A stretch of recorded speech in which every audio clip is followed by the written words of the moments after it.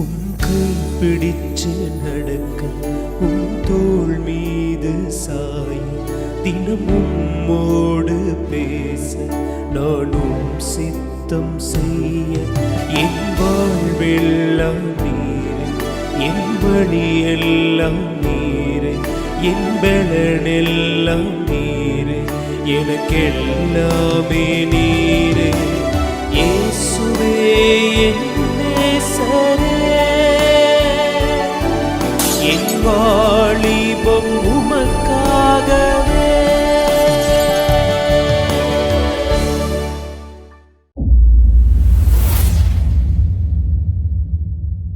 ஆண்டவராகிய இயேசு கிறிஸ்துவின் இனிதான நாமத்தினாலே கண்மணியை கேள் என்ற வாலிபருக்கான நிகழ்ச்சியை பார்த்து கொண்டிருக்கிற அன்பு வாலிப பிள்ளைகள் ஒவ்வொருவருக்கும் அன்பின் வாழ்த்துக்களை தெரிவித்துக் கொள்கிறேன். இன்னைக்கும் நம்ம மத்தியில உங்களை போல வாலிப வயதுல இருந்து ஆண்டவருக்காக பல ஊழியங்களை செய்து கொண்டு வருகிற ஜெசிகா ஏஞ்சல் அப்படிங்கிற அக்காவை தான் இன்னைக்கு நம்ம சந்திக்க போறோம். அவங்க தன்னுடைய அனுபவ சாட்சியை நம்மளோட பகிர்ந்து கொள்ள போறாங்க. எப்படி அவங்க ஆண்டவரை ஏற்றுக்கொண்டாங்க, ஊழியத்துக்கு எப்படி தங்களை அர்ப்பணிச்சாங்க, ஆண்டவர் அவங்க வாழ்க்கையில எவ்வளோ பெரிய ஒரு அற்புதத்தை செஞ்சு ஜீவனை கொடுத்தார் அப்படிங்கறத தான் நம்ம இன்னைக்கு கேட்க போறோம். அவங்க யார் அப்படின்னு சொல்லி கேட்டா, நம்ம நடத்துற ராக்லான் பைபிள் காலேஜ்ல 2 வருஷம் படிச்சு முடிச்சுட்டு நம்மளோட இணைந்து பல ஆண்டுகளாக சிறுவர் மத்தியில, வாலிபர்கள் மத்தியில அநேக பணித்தளங்கள்ல இருந்து ஊழியம் செஞ்சுட்டு இருக்கிற முழு நேர மிஷினரியா இன்னைக்கு அவங்க முன்னாடி இருக்கிறாங்க. இப்போதும் நம்ம அவங்களோட அனுபவ சாட்சியை கேட்டு தெரிஞ்சுக்கலாமா? Jessica, praise Lord. பிரைஸ் லார்ட்க்கா. ஜெசிகா, இன்னைக்கும் பிள்ளைங்க மத்தியில உங்களுடைய சாட்சியை சொல்றதுக்கு ஆண்டவர் கொடுத்த ஒரு பெரிய ஸ்லாக்கியம் அப்படின்னு சொல்லி நான் நினைக்கிறேன். ஓகே, உங்களுடைய குடும்பத்தை பத்தி கொஞ்சம் எங்க கிட்ட சொல்றீங்களா? என்னோட ஊர் வந்து சிவகாசி. நாங்கள் 3 பிள்ளைங்க. எங்கள் அக்கா, நான், என் தம்பி. எங்கள் அக்காவுக்கு மேரேஜ் ஆயிடுச்சு. என் தம்பி ஒர்க் பண்ணிட்டு இருக்கான். நான் கர்த்தருடைய பணியை தொடர்ந்து செய்து கொண்டிருக்கேன்க்கா. ஓகே, ஆண்டவரை அறிஞ்ச குடும்பத்துல தான் நீங்க பிறந்திருந்தீங்களா ஜெசிகா? இல்லக்கா, நான் ஆண்டவர் அறியாத குடும்பத்திலிருந்து தேவன் என்னை தெரிந்து கொண்டார். எங்கள் அப்பா, நாங்கள் எல்லாருமே ரொம்ப பக்தியுள்ள, எப்போ கோயிலுக்கு போகிறது, வேண்டுறது, இந்த காரியங்களில் நாங்கள் அதிகமாக ஈடுபட்டிருப்போம். அப்படி ஈடுபட்டிருக்கும் போது எங்கள் அப்பாவுக்கு ஒரு தடவை வேலை செஞ்சுக்கிட்டு இருக்கும்போது, எங்கள் அப்பா கட்டட வேலை செய்கிறாங்க. அப்படி வேலை செஞ்சுக்கிட்டு இருக்கும்போது மாடியிலேருந்து ஒரு தடவை கீழே விழுந்துட்டாங்க. கீழே விழுகும்போது கை 2 ஜாயிண்ட் எலும்பு விட்டுருச்சு. அப்படி விட்டு எங்கள் அப்பா ரொம்ப சிவியரான ஸ்டேஜில் ஹாஸ்பிட்டலில் அட்மிட் ஆகியிருந்தாங்க. அப்படி அட்மிட் ஆகிருக்கும்போது டாக்டர் சொல்லிட்டாங்க, இதுக்கப்புறம் நீங்கள் இந்த பணியை தொடர முடியாது அப்படி சொல்லிட்டாங்க. எங்கள் அப்பாவுக்கு அது ரொம்ப வருத்தத்தை கொடுத்துச்சு. இந்த 3 பிள்ளைகளை, சிறு பிள்ளையை வச்சு நான் எப்படி பாதுகாக்க போகிறேன், யாருமே தெரியாத ஊரில் நம்ம இருக்கிறோமே அப்படி சொல்லி எங்கள் அப்பா ரொம்ப வேதனைப்பட்டுக்கிட்டு இருக்கும்போது, அந்த ஆஸ்பத்திரிக்கு 2 அக்காமாருங்க வந்து ஜெபம் பண்ண வந்தாங்க. அவங்க ஜெபம் பண்ணும்போது அவங்க யாருன்னே தெரியாது. ஆனால் எங்கள் அப்பாவோட சூழ்நிலை எங்கள் அப்பா எடுத்து சொல்லும்போது, அவங்க கண்ணீரோடு பாரத்தோடு அதை ஜெபித்ததை பார்த்தோன்னே எங்கள் அப்பாவோட இருதயமே உடைக்கப்பட்டுச்சுக்கா. ஓ, அவங்கள ஹாஸ்பிட்டல் மினிஸ்ட்ரியில வந்து சந்திக்க வந்த 2 நபர் மூலம் உங்க முழு குடும்பமே ரட்சிக்கப்பட்டிருக்குது இல்ல? ஆண்டவருடைய அன்பு அவங்களுடைய முகத்துல, அவங்களுடைய உள்ளத்துல பார்த்திருக்கிறாங்க. Okay, super. அதுதான் உங்க குடும்பத்தினுடைய ரட்சிப்பின் ஆரம்ப நாட்கள். ஆமாக்கா. ஓகே, அப்படியே தொடர்ந்து இருக்கும்போது எங்க அப்பாவுக்கு வந்து அந்த எலும்பு ஜாயிண்ட் ஆயிரும் அப்படி சொல்லி எங்க வீட்டு பக்கத்துல இருக்க ஒரு பாஸ்டர் வந்து, நீங்க சபைக்கு வாங்க, ஆண்டவரை தேடுங்க, இப்படி இருக்கும்போது உங்களுடைய வாழ்க்கை மாறும் அப்படி சொன்னாங்க. அந்த அக்கா வந்து அங்க ஜெபித்தது நிமித்தமாக எங்க அப்பாவும் சபைக்கு போக ஆரம்பிச்சாங்க.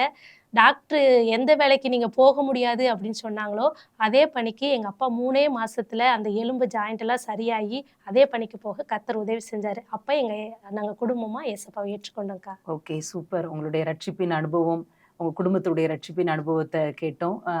உங்களுடைய தனிப்பட்ட வாழ்க்கையில நீங்க எப்படி ஆண்டவரை டேஸ்ட் பண்ணீங்க ஜெசிகா? நான் வந்து படிச்சது வந்து கிறிஸ்தவ ஸ்கூல்ல படிச்சேன்.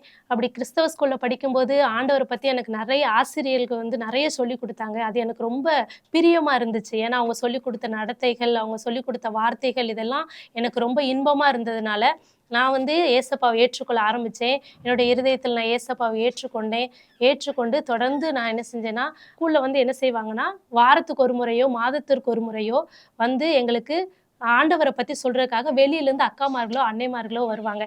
அப்படி வரும்போது எல்லாருக்கும் என்ன ஆசை இருக்குது அப்படி சொல்லி டீச்சர் கேட்கும்போது, நான் அப்போ என்ன சொன்னேன்னா, இந்த மாதிரி நானும் எல்லா ஸ்கூலுக்கும் போய் எல்லா பிள்ளைங்களுக்கும் ஆண்டவரை பற்றி சொல்லுவேன் அப்படிங்கிற வார்த்தையை அப்போ நான் சொன்னேன்க்கா. ஓகே, நீங்க சொல்லும்போது எனக்கு பிலிப்பியர்ல பவுல் எழுதின ஒரு வசனம் தான் ஞாபகத்துக்கு வருது. 2 அதிகாரம் நினைக்கிறேன்.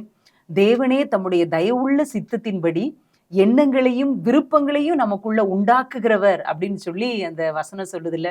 அப்போ எல்லாரும் டாக்டர் இருப்பாங்க, இன்ஜினியர் இருப்பாங்க. உங்களுக்குள்ள அந்த நாள்ல ஸ்கூல் மிஷன்ல வந்த அந்த 2 அக்காமார் மாதிரி நான் ஊழியம் செய்யணுங்கிற ஆசை வந்திருக்குது இல்ல? ஆமாக்கா. ஜெசிகா, உங்களுடைய ஸ்கூல் டேஸ முடிச்சு அடுத்து என்ன படிச்சீங்க? எப்போ இப்படி முழு நேர ஊழியத்துக்குன்னு ஆண்டவருக்கு உங்கள ஒப்பு கொடுத்தீங்க? நான் ஸ்கூல் டேஸ்ல இருக்கும்போது இப்படி ஆண்டவருக்காக ஒப்பு கொடுத்திருந்தேன். நான் அதுல உறுதியாவும் இருந்தேன். ஆனா ஸ்கூல் டேஸ் முடிச்சு நான் வந்து வெளியில வந்து காலேஜ் பிகாம் சிஏ படிச்சேன். அப்படி நான் படிக்கும்போது ஆண்டவர கொஞ்சம் கொஞ்சமா விட்டு விலக ஆரம்பிச்சேன். சபைக்கு மாத்திரம் போனேன். எனக்கு இந்த ஆசைகள் எல்லாம் விட்டு விட்டு விலக ஆரம்பிச்சிருச்சு. ஏன் அப்படின்னா, என்னோடு இருக்கிற நண்பர்கள் வேலைய பத்தி பேச ஆரம்பிச்சாங்க. எனக்கும் வேலைக்கு போகணும், ஒரு நல்ல நிலைமைக்கு நம்ம வரணும், நம்ம குடும்பத்த நம்ம காப்பாத்தணும் அப்படிங்கிற ஒரு ஆசை வந்துச்சு. அப்படியே நான் காலேஜ் முடிச்சேன். வேலைக்கு தேட ஆரம்பிக்கும்போது முத்தூட் ஃபைனான்ஸ்ல, ஐடி கம்பெனில இதுலலாம் நெறைய இடங்களில நான் வேலைக்கு போட்டிருந்தேன். அப்படி வேலைக்கு போட்டிருக்கும்போது இன்டர்வியூ ஃபைனல் இதுவரையும் போயி கடைசி அப்பாயின்ட்மென்ட் ஆர்டர் முத்தூட் ஃபினான்ஸ்ல கூட 1000 பேர் வந்திருந்தாங்க. 1000 பேத்துல கடைசியில 5 நபர் தான் செலக்ட் ஆனோம். அதுல நானும் ஒருத்தியா இருந்தேன். கடைசியில அப்பாயின்ட்மென்ட் ஆர்டர் வாங்க போகும்போது ஏதாவது ஒரு பலவீனம் வந்து என்னால போக விடாம பண்ணிருச்சு. அப்படி பண்ணும்போது தான் நான் ரொம்ப சோர்வாகி, என்ன நம்மளுக்கு இப்படி வேலை கிடைக்குது, ஆனால் நம்மளால போக முடியலையே அப்படி சொல்லிட்டு நான் அமைதியாயிட்டேன். இந்த சுச்சுவேஷன்ல பக்கத்துல இருக்கிற ஒரு டிபார்ட்மெண்ட் ஸ்டோர்ல வேலை பார்ப்போம் அப்படி சொல்லி போய் சேர்ந்து அங்க இருக்கிற அக்கௌண்ட்ஸ் டிபார்ட்மெண்ட்ல நான் வேலை பார்த்தேன்க்கா. ஓகே.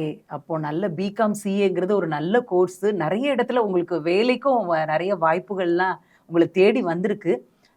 ஆனாலும் எப்படி நீங்க ஊழியத்துக்கு அடுத்து வந்தீங்க அப்படிங்கிறது எனக்கு கேட்கணும்னு ரொம்ப குறுகுறுன்னு ஆசையா இருக்குது. அதுக்கப்புறம் நான் வந்து வேலைக்கு சேர ஆரம்பிச்சேன். அங்க சேரும்போது என்னுடைய சரீரத்துல பலவீனங்களை நானு உணர ஆரம்பிச்சேன். என்னுடைய சரீரத்துல பல மாற்றங்கள். ஈவினிங் ஆனா எனக்கு காய்ச்சல் வர ஆரம்பிச்சிரும். இப்படியே 1 மாதமா அந்த காய்ச்சல் தொடர்ந்துகிட்டே இருந்ததுனால, என்னுடைய எடையும் ரொம்ப குறைய ஆரம்பிச்சிருச்சு. இப்படி குறைஞ்சதுனால என்னவா இருக்கும்? ஒருவேளை டிபியா இருக்கலாம் அப்படின்னு சொல்லி எல்லாரும் சந்தேகப்பட்டாங்க. ஏன்னா உடல் பலவீனத்தினால, என்னுடைய உடல் மெலிவு நிமித்தமாக அப்படி வாலிப வயதிலேயே அவ்வளோ ஒரு சிக்னஸ்ல இருக்கேன். ஒருவேளை காச நோயா இருக்குமோ, டிபியா இருக்குமோன்னு கூட சந்தேகப்படுற அளவுக்கு உங்களுடைய வெயிட் லாஸ் ஆயிருக்கு. ஓகே, அடுத்து எப்படி ரெக்கவர் ஆனீங்க ஜெசிகா?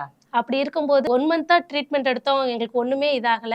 சரி, ஒரு பெரிய ஒரு ஹாஸ்பிட்டல் போய் பார்ப்போமே அப்படி சொல்லி நாங்க பெரிய ஹாஸ்பிட்டல் பார்க்கும்போது டாக்டர் சொன்னாங்க, பார்க்க எதுவுமே தெரியல, ஆனா நான் ஃபுல் பாடி செக்கப் எடுத்து பார்ப்போமே அப்படி சொல்லி அவங்க எடுத்து பார்த்தாங்க. எடுத்து பார்க்கும்போது டிபிக்குரிய எந்த அறிகுறியும் உங்ககிட்ட இல்ல அப்படின்னு சொல்லிட்டாங்க. அப்புறம் ஏன் இந்த பலவீனங்கள் அப்படி சொல்லி அவங்க தொடர்ந்து 2, 3 நாளா எனக்கு இந்த ஸ்கேன் ரிப்போர்ட் பார்த்துக்கிட்டே இருக்கும்போது மூக்கு கிட்ட லைட்டா ஏதோ ப்ராப்ளம் மாதிரி தெரியுது அப்படின்னு சொல்லி சொன்னாங்கக்கா.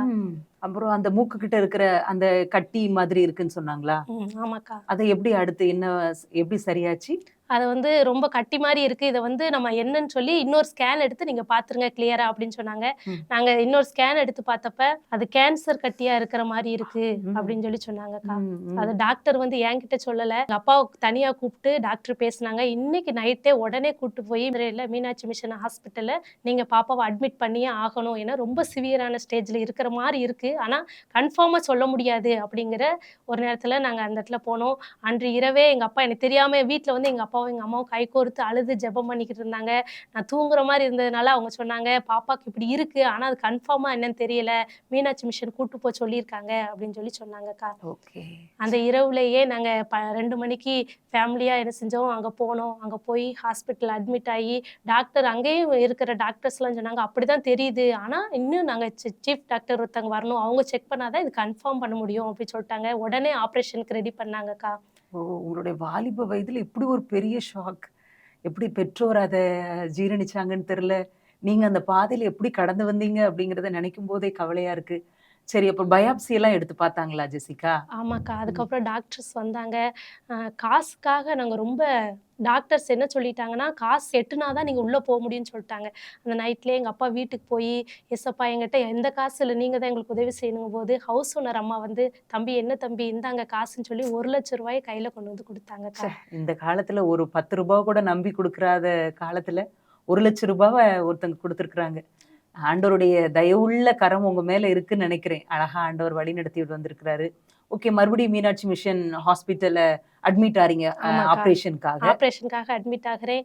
ஆபரேஷன் வராங்க டாக்டர்ஸ் எல்லாம் என்னை சுத்தி ஒரு 20 டாக்டர்ஸ்க்கு மேல இருக்கிறாங்க. எனக்கு ஆபரேஷன் தியேட்டரை பார்த்தோன்னே உள்ள போக எனக்கு பயமா இருந்துச்சு. நான் எந்திரிச்சு நான் போக மாட்டேன்னு அழுதேன். டாக்டர்ஸ் எல்லாம் ஒண்ணும் இல்ல பாப்பா, சும்மா சின்னதுதான் அப்படி சொல்லி எல்லாரும் என்னைய ரொம்ப அமைதிப்படுத்தினாங்க. அதுக்கப்புறம் நான் ப்ரேயர் பண்ணிக்கிட்டே உள்ள போனேன். ஏசப்பா எனக்கு ஒன்றும் இருக்கக்கூடாது, நீங்க தான் எனக்கு உதவி செய்யணும் போது எங்க அம்மா அந்த 2, 3 நாளா சாப்பிடவே இல்லை. எங்க அம்மாவும் எங்க அப்பாவும் எனக்காக ஜெபம் பண்ணிக்கொண்டே இருந்தாங்க. உள்ள போய் நான் ஆப்ரேஷன் தியேட்டர்ல இருக்கும்போது நான் ஜெபம் பண்ணிக்கிட்டே இருந்தேன். எனக்கு அதுக்கப்புறம் மயக்க மருந்து குடுத்துட்டாங்க.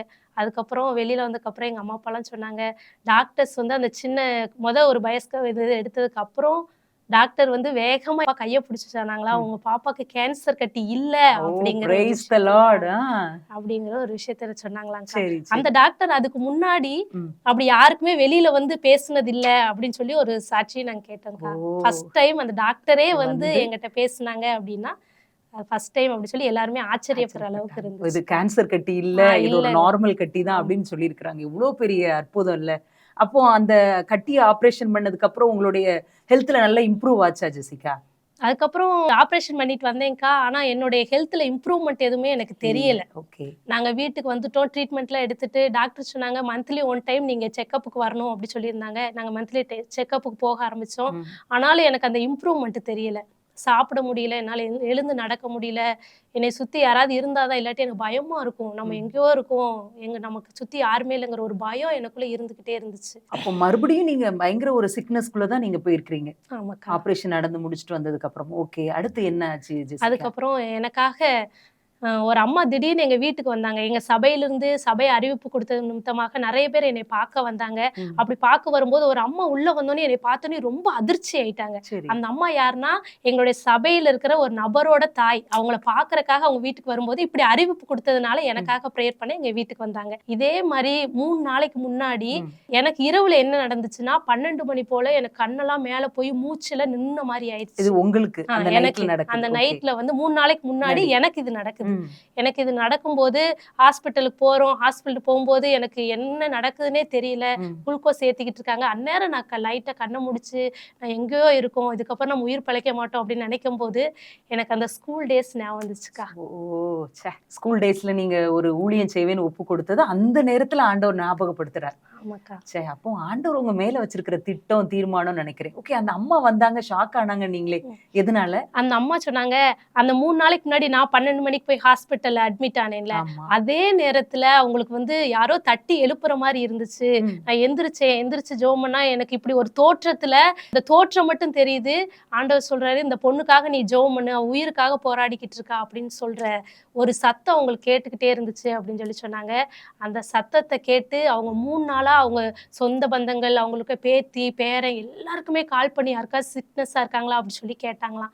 ஆனா யாருமே இல்லங்கும்போது, "இந்த பொண்ணு யாரு?" அப்படி சொல்லி அவங்க என்ன செஞ்சுட்டு இருக்காங்க, பிரேயர் பண்ணிட்டே இருந்திருக்காங்க. 3 நாள் கழிச்சு அவங்க என்னைய பார்க்க வரும்போது தான் அதே தெரிஞ்சிருக்கு. ஃபிகர அதே பாக்குறாங்க. தோற்றத்துல நீங்க நான் சொல்லும்போதே எனக்கு புல்லரிக்குது. ஆண்டவர் எவ்ளோ பெரிய தேவனா இருக்கார்ல. உங்க மேல பெரிய திட்டம் வச்சிருக்காங்க ஜெசிகா. யாருன்னே தெரியாத ஒருத்தங்கள எழுப்பி ஜெபிக்க சொல்லி, சரி ஓகே. அன்னைக்கு அவங்க வந்து ஜெபிச்சதுக்கு அப்புறம் ஒரு நல்ல ஒரு முன்னேற்றம் வந்ததா? ஆமாக்கா. ம். கண்டிப்பா. அதுக்கப்புறம் தான் ஒரு முன்னேற்றம் வந்துச்சுன்னு சொல்ல முடியும். அவங்க வந்து ஜெபம் பண்ணாங்க. "ஏசப்பா உன் கூட இருக்காருப்பா. நீ கண்டிப்பா ஏசப்பாக்காக நீ ஏதாவது செய்யணும்." அப்படி ம். சொல்லி அவங்க எனக்கு ஊக்குவிச்சாங்க. அப்பதான் நான் ஏசப்பா, நான் சிறு பிள்ளையில இப்படி சொன்னேன்ல ஏசப்பா, அன்னைக்கு கூட ஹாஸ்பிட்டல் நீங்க உயிர் தந்தா திருப்பி நான் பணி செய்றேன்னு சொன்னேன்ல. அதனால கண்டிப்பா செய்றேன் ஏசப்பான்னு சொன்னேன். அவங்க சாப்பாடு எனக்கு பிரேயர் பண்ணி ஊட்டி விட்டு போனாங்க.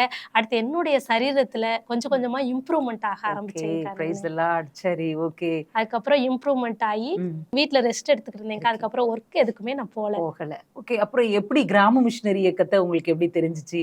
நீங்க எப்படி இங்க பைபிள் காலேஜ் படிக்கணும் அப்படின்னு சொல்லி உங்களுக்கு விருப்பம் வந்தது ஜெசிகா? நான் இப்படி வீட்ல ரெஸ்ட் எடுத்துக்கிட்டு இருக்கும்போது, எங்க வீட்டு பக்கத்துல இருக்கிற ஒரு பொண்ணு, இப்படி ஒரு பக்கத்துல ஒரு மீட்டிங் நடக்குது. நீங்க வர்றீங்களா? அப்படின்னு சொல்லி கேட்டா, ம். எத்தன மணிக்குன்னு கேட்கும்போது 9:00 அப்படின்னு சொன்னாங்க. ம். மணி அந்நேரம் 8:30. சரி. 9:00க்குன்னு சொன்னதுனால, சரி நானும் வரேன். ரொம்ப நாளா வீட்டுக்குள்ளேயே இருக்கேன். நானும் சபைக்கு போகல. என்னால முடியல. சரி இங்க கண்டிப்பா நான் வரேன்ப்பா அப்படி சொல்லி, அந்த பாப்பா அவங்க கூட நான் என்ன செஞ்சேன், அந்த சபைக்கு போனேன். அப்பதான் தெரிஞ்சுச்சு இந்த கிராம மிஷனரி இயக்கத்தின் மூலமாக சிவகாசியில வச்சு நடத்தப்பட்ட அது வாலிபர் முகாம் அப்படி சொல்லி. ஓ! எங்களுடைய சிவகாசி பணித்தளத்துல இருக்கிற மிஷனரி பெண் பிள்ளைகள் என்ன செஞ்சிருக்கிறாங்க, அந்த மீட்டிங் அரேஞ்ச் பண்ணியிருக்காங்க. அதுல ஆண்டவர் உங்கள வர வச்சிருக்கிறார்.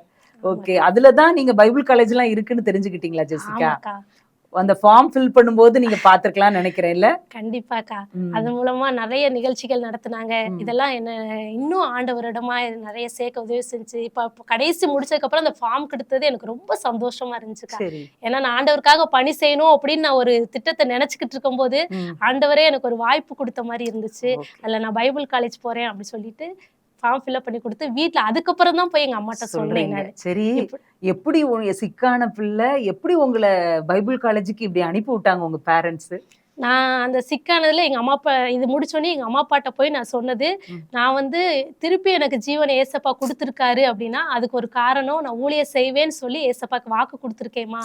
அதனால நான் வந்து உயிரோடு இருக்கிற வரை ஏசப்பாக்காக எப்படியாவது ஊழியம் செய்யணும் அப்படி சொல்லி எங்க அம்மா அப்பாட்ட நான் எடுத்து சொன்னேன். அவங்களும் என்னுடைய பலவீனங்கள பார்த்தவங்க, என் கூடவே இருந்தவங்க, உயிர் போற சூழ்நிலைய அறிஞ்சவங்க. அதனால என்ன செஞ்சாங்க, கர்த்தருடைய மனப்பூர்வமா ஒப்பு கொடுத்துட்டாங்க இல்ல? ஆமாக்கா. ஒருவேளை இந்த நிகழ்ச்சியை பார்த்து கொண்டிருக்கிறதுல நிறைய பேரண்ட்ஸ் கூட உட்கார்ந்து பார்த்துட்டு இருக்கலாம். ஆண்டவர் அறியாத குடும்பத்துல இருந்து ஆண்டவரை ஏற்றுக்கொண்டு தன்னுடைய பிள்ளையை முழுநேர ஊழியத்துக்கென்று ஒரு பெற்றோர் அர்ப்பணிச்சிருக்கிறாங்க பாருங்களேன். இன்றைக்கும் நமக்கு வேதம் தெரியும். வேதத்துல ஆண்டவர் கொடுத்திருக்கிற காரியம், கர்ப்பம் திறந்து பிறக்கும் முதற்பேர் அனைத்தும் கர்த்தருடையது. ஆனா நம்முடைய பிள்ளைகளை ஆண்டவருக்குன்னு கொடுக்கறதுக்கு, அவருடைய ஊழியத்துக்கு கொடுக்கறதுக்கு தயங்குறோம். பெற்றோர் மனப்பூர்வமாக நம்முடைய ராக்லாண்ட் பைபிள் காலேஜுக்கு அனுப்பி வச்சாங்க. உண்மையாகவே அந்த பெற்றோர் பாராட்ட தகுந்தவங்க அப்படின்னு சொல்லி நான் நினைக்கிறேன். ஓகே ஜெசிகா, அடுத்து நீங்க பைபிள் காலேஜ் எல்லாம் முடிச்சிங்க. பைபிள் காலேஜ் முடிச்சிட்டு உங்களுக்கு எந்த பணித்தளம் கொடுத்திருந்தாங்க ஜெசிகா? எனக்கு சிவகாசி பணித்தளம் கொடுத்திருந்தாங்கக்கா. எங்களுடைய ஊர்லயே நான் எந்த இடத்துல முடியாதுன்னு சொன்னேனோ அந்த இடத்துலயே எனக்கு ஊழியம் செய்ய ஏசப்பா ஒரு நல்ல வாய்ப்பை கொடுத்தாரு. நான் எப்படி ஸ்கூல் ஸ்டேஜ்ல இருக்கும்போது என்னுடைய ஆசைகள் என்னவா இருந்துச்சோ அதுக்கப்புறம் தான் தெரிஞ்சு இந்த ஊழியத்துல இப்படி ஊழியம் தான் அப்படிங்கறத நான் உணர்ந்து கொண்டேன். நான் படிச்ச ஸ்கூல்லயே போய் திரும்பவும் எனக்கு ஒரு ஸ்கூல் மிஷன் எடுக்க கர்த்தர் ஒரு நல்ல வாய்ப்பு தருணத்தை ஏற்படுத்தி கொடுத்தாருக்கா. சரி, ஓகே. ஆனதுனால ஏதாவது மெடிசின்ஸ் ஏதாவது சாப்பிடுறீங்களா ஜெசிகா? ஆமாக்கா, அது என்ன சொல்லியிருந்தாங்கன்னா, நீங்க சிக்கா இருக்கிறதுனால சாகுற வரைக்கும் நீங்க இந்த டேப்லெட்டை எடுத்தே ஆகணும் அப்படிங்கிற ஒரு சிச்சுவேஷன் இருந்துச்சு. அது நார்மல் கட்டியா இருந்தாலும் நீங்க இதை சாப்பிடணும் அப்படின்னு சொல்லி. ஆமாக்கா, ஏன்னா என்னுடைய பலவீனம் அப்படி இருந்ததுனால அப்படி சொன்னாங்க. அவங்க அதுக்கப்புறம் நான் இந்த பைபிள் காலேஜ் வரும்போது எங்க அம்மா ப்ரேயர் பண்ணி அந்த மாத்திரையெல்லாம், நீ ஏசப்பாக்காக ஊழியம் செய்ய போற, உன்னுடைய சரீரத்துல இனிமேல் எந்த பலவீனமும் வராது அப்படிங்கிறதுனால அந்த மாத்திரையை ஜெபம் பண்ணி அன்னைக்கு தூக்கி போட்டாங்க. இப்ப வரைக்கும் அதுக்குரிய எந்த டேப்லெட்டும் நான் எடுக்கிறதே இல்லை. அப்ப இருந்த பலவீனத்தை காட்டிலும் இப்ப இருக்கிற பலன் எனக்கு புதுசா இருக்கு.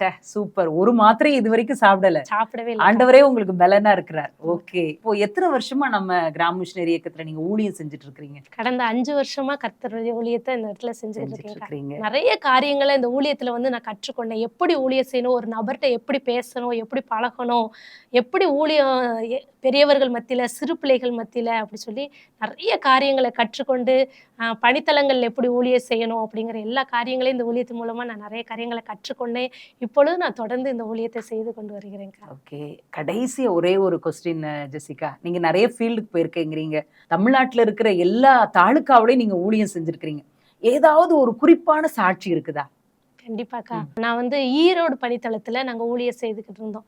ஈரோடு பணித்தளத்தை ஊழியம் செய்யும் போது சனிக்கிழமை டிராக்ஸ் ஊழியம் போகும்போது நாங்க டீமா அங்க போய் ஊழியம் செஞ்சுக்கிட்டு இருக்கும்போது ஒரு அம்மா என்ன செஞ்சாங்க அப்படின்னா, நாங்க போய் எப்பவும் போல இயேசு உங்களை நேசிக்கிறாருமா அப்படி சொல்லி டிராக்ஸ் கொடுத்துக்கிட்டு இருந்தோம். ஒரு அம்மா வேகமா வெளியில ரொம்ப நேரம் அம்மா அம்மான்னு சொல்லி கூப்பிட்டோம். சரி, யாரும் இல்லை போல டிராக்ஸ் போற நேரத்துல அவங்க வெளியில வந்தாங்க. கண்ணீரோடு அவங்களுடைய முக துக்கமா இருந்ததை பார்க்க முடிஞ்சு, அவங்க கண்கள்ல கண்ணீர் ததும்பி இருந்ததை பார்க்க முடிஞ்சு, அதோட அவங்க வெளியில வந்தாங்க. வெளியில அம்மா இயேசு உங்களை நேசிக்கிறான்னு சொன்னோன்னே அவங்க ஓன்னு கத்த ஆரம்பிச்சிட்டாங்க. அவங்க ரொம்ப அழுக ஆரம்பிச்சிட்டாங்க. ஏமா அழுகுறீங்க, ஏசப்பா உங்களோடு இருக்காங்க, உங்களுடைய கண்ணீர்லாம் ஏசப்பா மாற்றுவாங்க அப்படி சொல்லி நாங்கள் ஆறுதல் சொல்லும்போது அவங்க சொன்னாங்க, நீங்கள் வரலை அப்படின்னா நாங்கள் இன்னும் கொஞ்ச நேரத்தில் நாங்கள் மறிச்சிருப்போம். எனக்கு அந்த சுச்சுவேஷன் தான் இருந்துச்சு. என்னோட குடும்பத்தில் யாருமே என்னை நேசிக்கலை, எல்லாரும் என்னை ஒதுக்கி தள்ளிட்டாங்க அப்படி சொல்லி அவங்க ரொம்ப வெக்ஸாக இருந்த நேரத்தில் தான் கர்த்தர் எங்களை அங்கே அனுப்பியிருக்காரு. அந்த ஊழியத்தை அப்போ நான் நினச்சேன், ஏசப்பா நம்மளை கொண்டு வந்தது நோக்கம் இப்படி நிறைய இப்படிப்பட்ட மக்களுக்கு ஏசப்பா உதவி செய்யும்படியாக நான் கொண்டு வந்திருக்கேன் சொல்லி அந்த நேரத்துல ஏசப்பா எனக்கு நன்றி சொல்ல உதவி செஞ்சிருக்கா. ஜெசிகா, நீங்க பிகாம் சிஏ முடிச்சு எத்தனையோ வேலைகளுக்கு போகணும்னு ஆயத்தமா இருந்தீங்க. உண்மையா அந்த வேலையில போய் நீங்க கை நிறைய சம்பாதிச்சிருந்தா கூட இப்படிப்பட்ட ஒரு சந்தோஷம் கிடைச்சிருக்குமான்னு சொல்ல முடியாதுல்ல? கண்டிப்பாக்கா. ஆத்துமாக்களை ஆதாயம் பண்றது, ஆண்டவருக்கு ஊழியம் செய்யறத போல ஒரு பெரிய காரியம் ஒண்ணுமே இல்லைல்ல? சரி, நம்ம கண்மணியை கேள் நிகழ்ச்சியில பார்த்துக்கிட்டு இருக்கிற வாலிப பெண் பிள்ளைகளுக்கு நீங்க ஏதாவது ரத்தின சுருக்கமா ஏதாவது அவங்களுக்கு சொல்ல முடியுமா? இதை பார்த்து கொண்டு இருக்கிற நாங்கள் ஊழியம் செய்யலாமா, நாங்கள் என்ன செய்யலான்னு கர்த்தர் உங்கள் மேலே வச்சிருக்க திட்டத்தை யாராலையும் அழிக்க முடியாது. அதனால் நீங்கள் எந்த காரியங்களையும் சோர்ந்து போயோ, இந்த காரியங்கள் இப்படி தடைப்பட்டிருக்கோ நீங்கள் எதையுமே நினைக்க வேணாம். ஏசப்பா உங்கள் வாழ்க்கையில் செஞ்ச சித்தத்தை கண்டிப்பாக நிறைவேற்றுவார். Okay, thank you Jessica.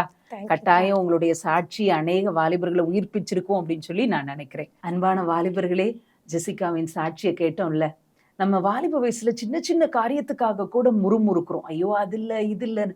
பாருங்களேன், எவ்வளோ வித பலவீனத்தின் மத்தியிலும் டீனேஜ்ல இருந்து வாலிப வயசுல அவ்வளோ சஃபர் பண்ணி ஆண்டவரை உறுதியா பிடிச்சுக்கிட்டது நிமித்தம் ஆண்டவர் இன்னைக்கு சுகமுள்ள, ஆரோக்கியமுள்ள, அதே நேரத்துல சமாதானம் உள்ள ஒரு பிரைட் ஃபியூச்சர் அவங்களுக்கு கொடுத்துருக்குறாங்க. இன்னைக்கு ஆண்டவர் உங்க கூட இதுதான் பேசுறார். உங்க வாழ்க்கையில இருக்கிற சின்ன சின்ன காரியங்களை குறித்து முறுமுறுக்கிறீங்களா? ஆண்டவர் கொடுத்த காரியத்துக்காக நன்றி செலுத்துங்க. உங்க மேல ஆண்டவர் வச்சிருக்கிற திட்டம் என்ன ஆனாலும் மாறவே மாறாது. ஆண்டவர் உங்களுக்கு வாக்கு கொடுத்திருக்கிறாங்களா? அதை நிச்சயமாய் நிறைவேற்றி முடிப்பார். கட்டாயம் தேவன் உங்களை கொண்டும் ஜெசிகா வாழ்க்கையில செஞ்சது போல அற்புதத்தை செய்வாங்க. உங்களை கொண்டும் தேவன் தேசத்துல பெரிய மாற்றத்தை எழுப்புதல கொண்டு வரதுக்கு பயன்படுத்துவாங்க. இதே போல ஒரு உயிருள்ள சாட்சியோட உங்களை அடுத்த நிகழ்ச்சியில சந்திக்கிறோம். தேங்க்யூ.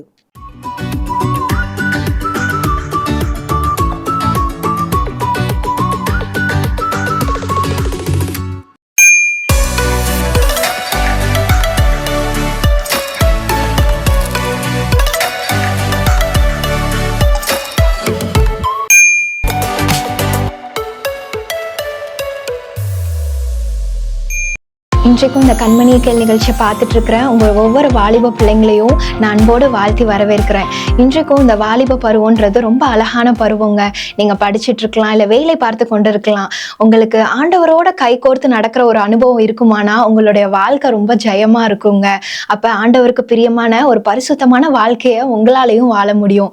இன்றைக்கும் கூட வேதாகமத்திலிருந்து ஒரு வார்த்தை எடுத்து நம்ம தியானிக்க போகிறோம். எடுத்து வாசிக்கலாம். ரோமர் 12வது அதிகாரம் 21வது வசனம். நீ தீமையினாலே வெல்லப்படாமல் தீமையை நன்மையினாலே வெல்லு.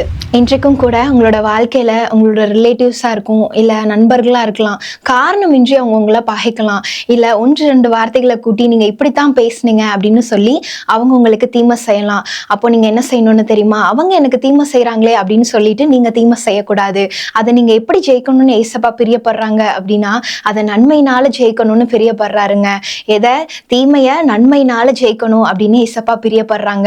எப்படிக்கா நன்மையினால ஜெயிக்கிறது அப்படின்னு நீங்க கேக்குறீங்களா? இப்ப எக்ஸாம்பிளுக்கு ஒரு மேய்ப்பன் கிட்ட கொஞ்சம் ஆட்டுக்குட்டி இருக்கு. பக்கத்துல வேட்டைக்காரனும் சில நாய்களை வளர்த்துட்டு வர்றான். ஒரு நாள் அந்த நாய் அங்க இருக்கிற ஒரு ஆட்டுக்குட்டியை கடிச்சு சேதப்படுத்திடுது. உடனே மேய்ப்பன் தான் ஆட்டுக்குட்டியை தூக்கிட்டு போய் அந்த வேட்டைக்காரன் கிட்ட போய் நியாயம் கேட்கிறான். உடனே இந்த வேட்டைக்காரன் ரொம்ப திமிரா, நாயோட சுபாவமே கடிக்கிறது தான், நீ தான் ஆட்டுக்குட்டியை பத்திரமா வச்சுக்கணும் அப்படின்னு சொல்லிடுறான். உடனே அந்த மேய்ப்பன் ரொம்ப சோர்ந்து போய் அந்த ஊர் தலைவர்கிட்ட போய் நியாயம் கேட்கிறாரு. உடனே அந்த ஊர் தலைவர், என்னால நிச்சயமா உனக்கு நியாயத்தை வாங்கி கொடுக்க முடியும், நான் அப்படி செய்யறனால மட்டும் என்ன ஆக போகுது? இந்த ஊர்ல ஒரு புது எதிரி தான் உனக்கு தோன்றுவான், அதுக்கு பதிலாக நான் உனக்கு ஆலோசனை கொடுக்குறேன் அப்படின்னு சொல்லி அவன் உனக்கு நண்பனா வேணுமா இல்ல எதிரியா வேணுமான்னு சொல்லி கேட்கிறாரு. உடனே அவன் எனக்கு நண்பனா தான் வேணும் அப்படின்னு சொல்றான். அப்ப அந்த ஊர் தலைவர் ஒரு ஆலோசனை கொடுக்குறாரு. என்னன்னா, உன்கிட்ட இருக்கிற 2 ஆட்டுக்குட்டி எடுத்துட்டு போய் அந்த வேட்டைக்காரனுடைய 2 பிள்ளைங்களுக்கு நீ பரிசா கொடு அப்படின்னு சொல்றாரு. உடனே அந்த மேய்ப்பன் தனக்கு இருக்கிற 2 ஆட்டுக்குட்டி எடுத்துட்டு போய் அந்த வேட்டைக்காரனுடைய 2 பிள்ளைங்களுக்கு பரிசா கொடுக்குறான். உடனே அதை பார்த்து அந்த வேட்டைக்காரனுக்கு ஒரே நெகிழ்ச்சியா இருக்கு. என்னடா நம்ம தீமை செஞ்சோமா, இவன் வந்து தன்னுடைய 2 பிள்ளைங்களுக்கு இதை பரிசா கொடுக்குறானே அப்படின்னு சொல்லி ரொம்ப நெகிழ்ச்சியா இருக்கு. இன்னொரு பக்கம் தன்னுடைய பிள்ளைங்க அந்த ஆட்டுக்குட்டியோட விளையாடுறத பார்த்து ரொம்ப சந்தோஷப்பட்டு அந்த நாய்களுடைய வாய்கள் எல்லாத்தையுமே பெல்ட் மாட்டி விட்டுறான். இதனால அந்த மேய்ப்பனுடைய ஆடுகளுமே அந்த இடத்துல பாதுகாக்கப்படுதுங்க. காலப்போக்கில் அவங்க 2 பேருமே நல்ல நண்பர்களா மாறிடுறாங்க.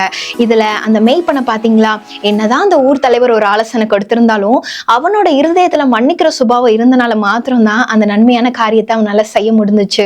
ஒருவேளை அவனோட இருதயத்துல கோபம் இருக்குமானா அந்த நன்மையான காரியத்தை அவனால செய்ய முடிஞ்சிருக்காது. ஸோ இன்றைக்கும் கூட நம்மளோட இருதயம் எப்படிப்பட்டதுன்றதை நம்ம சிந்திச்சு பார்க்கணுங்க. மன்னிப்பு அப்படின்னு நம்ம எடுத்துக்கிட்டோம்னா அது பலவீனம் கிடையாது. ஏன்னா இன்னைக்கு நம்ம நினைக்கிறோம் நம்மளுக்கு தீமை செஞ்சுட்டாங்க, நம்ம எதுக்கு நம்மளை தாழ்த்தி அவங்கள மன்னிக்கணும் அப்படின்னு நம்ம நினைக்கிறோம். ஆனா மன்னிக்கிறதுன்றது கிறிஸ்து நமக்கு கொடுக்கிற பலன்க. ஸோ இன்றைக்கும் கூட ஃபர்ஸ்ட் இந்த மன்னிக்கிறது யாருடைய நல்லதுக்காக ஏசப்பா சொல்லியிருக்காங்கன்னா நம்முடைய நல்லதுக்காக சொல்லியிருக்காங்க. அப்ப நம்ம சிலர் செஞ்ச தீமைகளை நினைக்கிறப்ப நம்மளுக்கு கோபம் வரும், மனசுல நிம்மதியே இருக்காது. சில நேரத்துல அதை நினைச்சு நம்ம சோர்ந்து போக கூட வாய்ப்பு இருக்குங்க.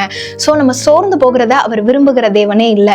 ஏன்னா வேதத்துல ஒரு வசனம் இருக்கு, 1 கொரிந்தியர் 10:13 வாசித்தீங்கன்னா தெரியும், மனுஷனுக்கு நேரிடுகிற சோதனையே அல்லாமல் வேறே சோதனை உங்களுக்கு நேரிடுவதில்லை. தேவன் உண்மையுள்ளவராய் இருக்கிறார். உங்கள் திராணிக்கு மேலாக நீங்கள் சோதிக்கப்படுவதற்கு அவர் இடம் கொடாமல் சோதனையோடு கூட அதற்கு தப்பிக்கொள்ளும்படி குளறுபடியான போக்கையும் உண்டு பண்ணுவார். பாத்தீங்களா, திராணிக்கு மேல ஏசப்பா உங்களை சோதிக்கவே மாட்டாருங்க. அப்ப நீங்க மன்னிக்கிற சுபாவம் உள்ளவங்களா இருக்கணும்னு ஏசப்பா எதிர்பார்க்கறாங்க. எப்படி மன்னிக்கிறது அப்படின்னு பாத்தீங்கன்னா, கிறிஸ்து உங்களுக்கு மன்னிக்கிறது போல ஒருவருக்கு ஒருவர் மன்னிங்கள் அப்படின்னு சொல்லியிருக்காங்க. இன்றைக்கும் கூட நம்மளுடைய வாழ்க்கையில ஏசப்பாவுக்கு விரோதமா நம்ம எவ்வளவோ பாவமான காரியங்களை செஞ்சிருப்போம். ஆனா ஏசப்பா நம்மள மன்னிச்சு ஏற்றுக்கொள்றாரு. அதே போல நம்மளும் என்ன பண்ணணும், பிறரை மன்னிச்சு ஏற்றுக்கொள்ளணும். அதாவது மன்னிக்கிறது மாத்திரம் அல்ல, அவங்க செஞ்ச தீமையை மறந்து அவங்களோட ஐக்கியப்பட நீங்க பிரயாசப்படணுங்க. அப்படி நீங்க செய்யறப்ப கிறிஸ்துவின் அன்பை வெளிப்படுத்துறவங்களா இருப்பீங்க. சோ ஒருவேளை நீங்க நினைக்கலாம், இன்னைக்கு ஏசப்பா நம்மளை மன்னிச்சுட்டு நான் உன் பக்கத்துல வரமாட்டேன், நீ அருகில வரக்கூடாது அப்படின்னு சொன்னா நம்முடைய நிலை என்னவா இருக்கும் அப்படின்றத நம்ம சிந்திச்சு பார்க்கணுங்க. சோ மத்தவங்கள மன்னிக்கிறது மாத்திரம் அல்ல, அவங்கள ஏற்றுக்கொள்ளணும்னே ஏசப்பா பிரியப்படுறாங்க. சோ வேதத்துல கூட ஒரு வசனம் இருக்குங்க, மத்தேயு 5:44, நான் உங்களுக்கு சொல்கிறேன், உங்கள் சத்துருக்களை சிநேகியுங்கள், உங்களை சபிக்கிறவர்களை ஆசீர்வதியுங்கள், உங்களை பகைக்கிறவர்களுக்கு நன்மை செய்யுங்கள், உங்களை நிந்தித்தவர்களுக்காகவும் உங்களை துன்பப்படுத்தினவர்களுக்காகவும் ஜெபம் பண்ணுங்கள். பாத்தீங்களா, ஏசப்பா என்ன காரியத்தை விரும்புறாரு? உங்களுக்கு தீமை செஞ்சவங்களை நீங்க நேசிக்கணும்னு சொல்லி ஏசப்பா பிரியப்படுறாங்க. சோ இந்த வசனத்தின்படி நீங்க செய்தீங்கன்னா எனக்கு என்ன நன்மை கிடைக்க போகுது அப்படின்னு நீங்க நினைக்கிறீங்களா? ஏசப்பா சொல்றாரு, இதன்படி நீங்க செஞ்சீங்கன்னா பரலோகத்துல இருக்கிற பிதாவுக்கு நீங்க புத்திரரா இருப்பீங்களாங்க. அப்ப பரலோகத்துல இருக்கிற பிதாவுக்கு புத்திரரா இருக்கணும்னா நம்மளுக்கு என்ன குவாலிஃபிகேஷன் வேணுமா? இந்த வசனத்தின்படி நம்ம இருக்கணுங்க.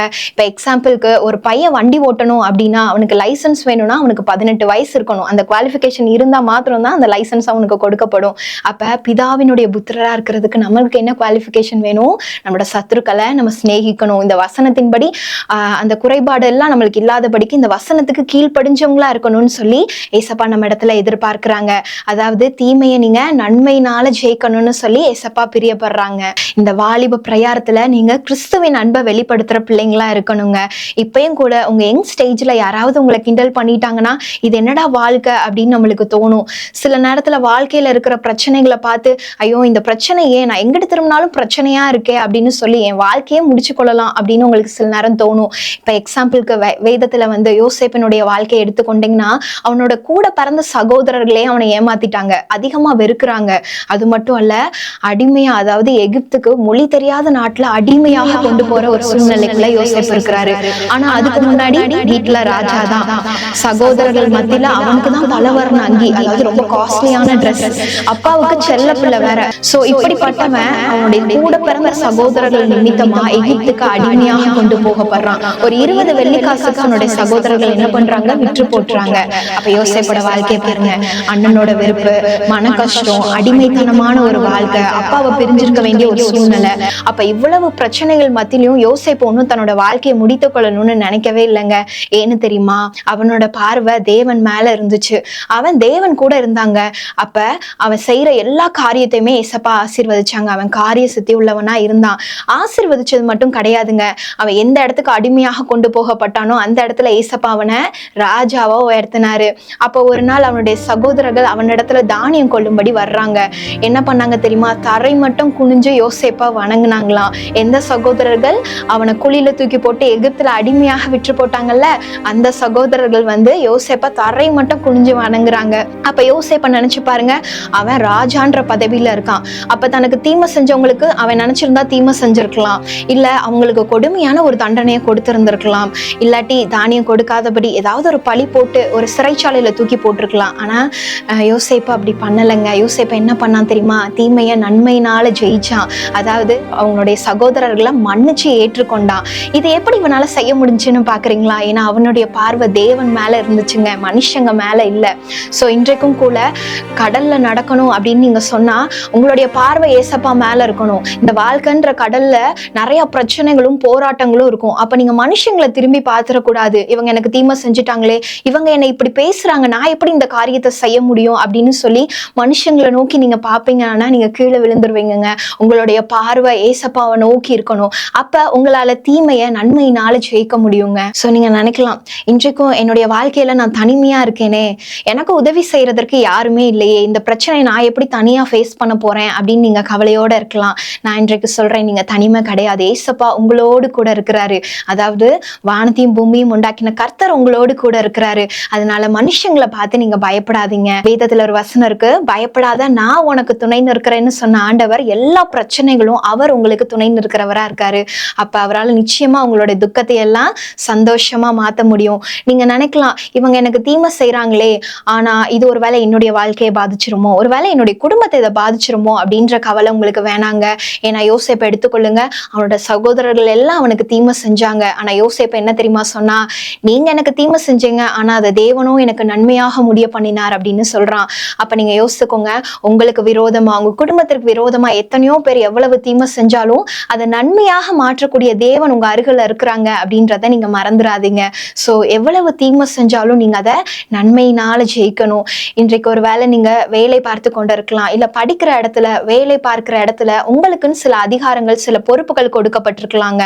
சோ அதுல ஏதாவது ஒரு பிரச்சனை, போராட்டம் வந்து அந்த அதிகாரங்கள், அந்த பொறுப்புகள் உங்க கையில இருந்து பறிக்கப்பட்டிருக்க கூடும். சோ நீங்க அதை குறிச்சு நீங்க சோர்ந்து போகாதீங்க. ஏன்னா வேதத்துல ஒரு வசனம் இருக்கு, கர்த்தருக்கு சித்தமானது அவருடைய கையினாலே வாய்க்கும் அப்படின்னு சொல்லியிருக்கு.